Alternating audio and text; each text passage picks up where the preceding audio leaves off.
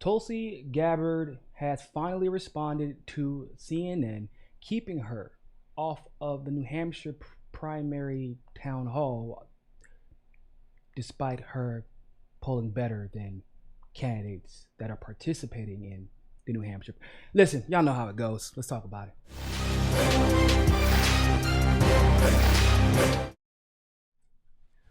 So yesterday, Tulsi was in New Hampshire, and she was snowboarding in New Hampshire, and of course, she's better at me at snowboarding too, and I'm a pretty damn good snowboarder, and she's great at that too. So add that to the list: snowboarding, martial arts, literally MMA and capoeira, surfing. She plays the ukulele. I mean, if she pulls up and does a 360 windmill dunk, her and I are gonna have problems. But I digress. So Fox News actually went to go watch her do this snowboarding thing, and then they actually interviewed her afterwards. They asked her a question that I think is on a lot of people's minds. Has CNN, or first they asked her, has CNN reached out to her? Then they asked if she reached out to them for an answer as to why the hell she isn't included in the town hall that 3 people who are polling below her in New Hampshire for some reason are being included in. This is her answer.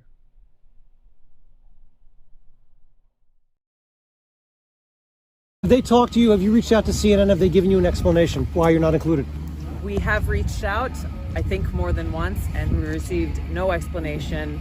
I don't even think we've gotten a response to date about why they're excluding the first female combat veteran ever to run for president, the only woman of color in the race, the polling that you've just talked about. We're still waiting for an answer. It's really a disservice to voters in New Hampshire and across the country to not allow them the opportunity to hear from myself included with the other candidates as we head into Election Day. That's a perfect answer. And I gotta say, thank you, Tulsi. Good job. I know that was hard for you. Yeah, if you've been following Tulsi's campaign since January, you know, talking about her gender, talking about the fact that she's Polynesian, like all the things that are considered identity politics, basically just her diverse background and who she is. That's actually hard for her. She doesn't like doing it. She doesn't like playing identity politics. She wants to be appreciated and valued for who she is as a human being, which if as a woman, it's already difficult enough as it is. As a woman of color, it's already difficult enough as it is.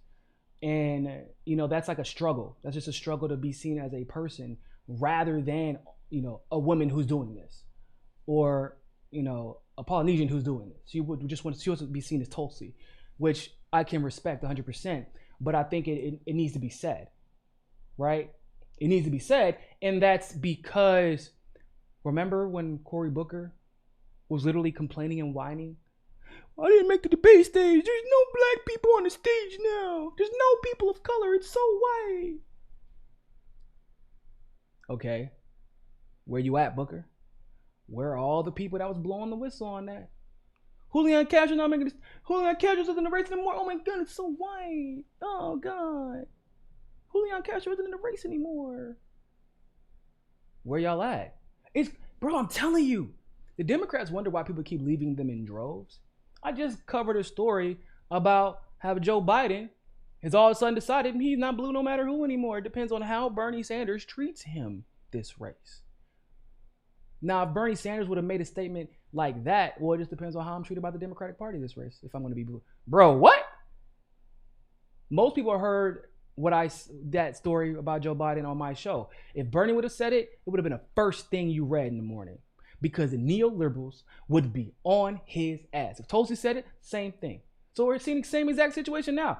Tulsi's a woman of color. She's Polynesian. She's a veteran. Isn't that what they always cheer about with Buttigieg? She's a wartime veteran. She's the first female wartime veteran, or first female veteran, period, to run, but also the first female wartime veteran to run, and probably will be for quite some time. She's a millennial. I mean, she checks every box. So what happened? Where y'all at? Blue no matter. What happened? Because they're all full of it. They don't care about your race. They don't care about your religion. They don't care about your gender. They don't care about your age. What they care about is if you are going to check blue, check the D, no matter what. They care about loyalty.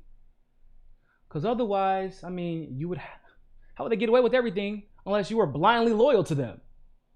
Because it's a dumb, like, just strategically, they're a dumb party. They're a dumb party. So I'm glad that Tulsi decided to say that, because you can see it on her face. She's like, I don't even understand why this has to be said. And the fact of the matter is, her RCP polling average is better in New Hampshire than Yang, Steyer, Patrick Duvall, who of course is barely polling at all anywhere, let alone New Hampshire. And yet even Patrick Duvall is getting a voice on that stage. But even by CNN's own metrics, Tulsi is only 1 point behind Amy Klobuchar, who is also getting a stage. And of course, based off of their margin of error, they're statistically tied. Are you kidding me? And they can't even muster up a response to her? All right, y'all know Tulsi on the damn lawsuit tear. She on a tear right now. Don't join the list. Her lawyers, they busy, but I bet they looking for some more work. You feels me? All right. But, thank you, Tulsi, for once again being unafraid to call out the establishment. We know that the establishment won't do it. We know that if you don't call it out, unfortunately, it won't get enough attention, because for whatever reason, a lot of people have decided that they're perfectly okay with the only other progressive in the race getting screwed, the only other grassroots candidate in the race, the only other ally of the populist movement in the race. Well, I would say Yang's kind of populist somewhat, but the only true blue verified background of an ally. That's what I care about, them receipts when they matter the most. And so that's why I can say that, for all I know, for the time being, this is the only other ally we got. We got to start treating her like, because if they can do this to Tulsi, like she says very often, they can do this to anyone. And your candidate might be next. Remember that. It may not be this time, but next time, for the congressional districts, we have a lot of races coming up. Your candidate can and probably will be next. That's why we have to start letting them know we're going to speak up now. Even when it may be politically inconvenient for you. I know that's hard for a lot of you all. But you have to speak up now. Don't forget to hit that subscribe button and hit that notification bell if you like that segment of Mi Casa Su Casa. Of course, if YouTube is giving you trouble, as it always does, you can download the Rockfin app and follow us there. Also, if you want to continue to help our show grow, you can help us reach our goal of 500 patrons on Patreon and donate as little as $1. Really, anything helps. Other than that, always remember, people, more than anything else, find your balance. Peace.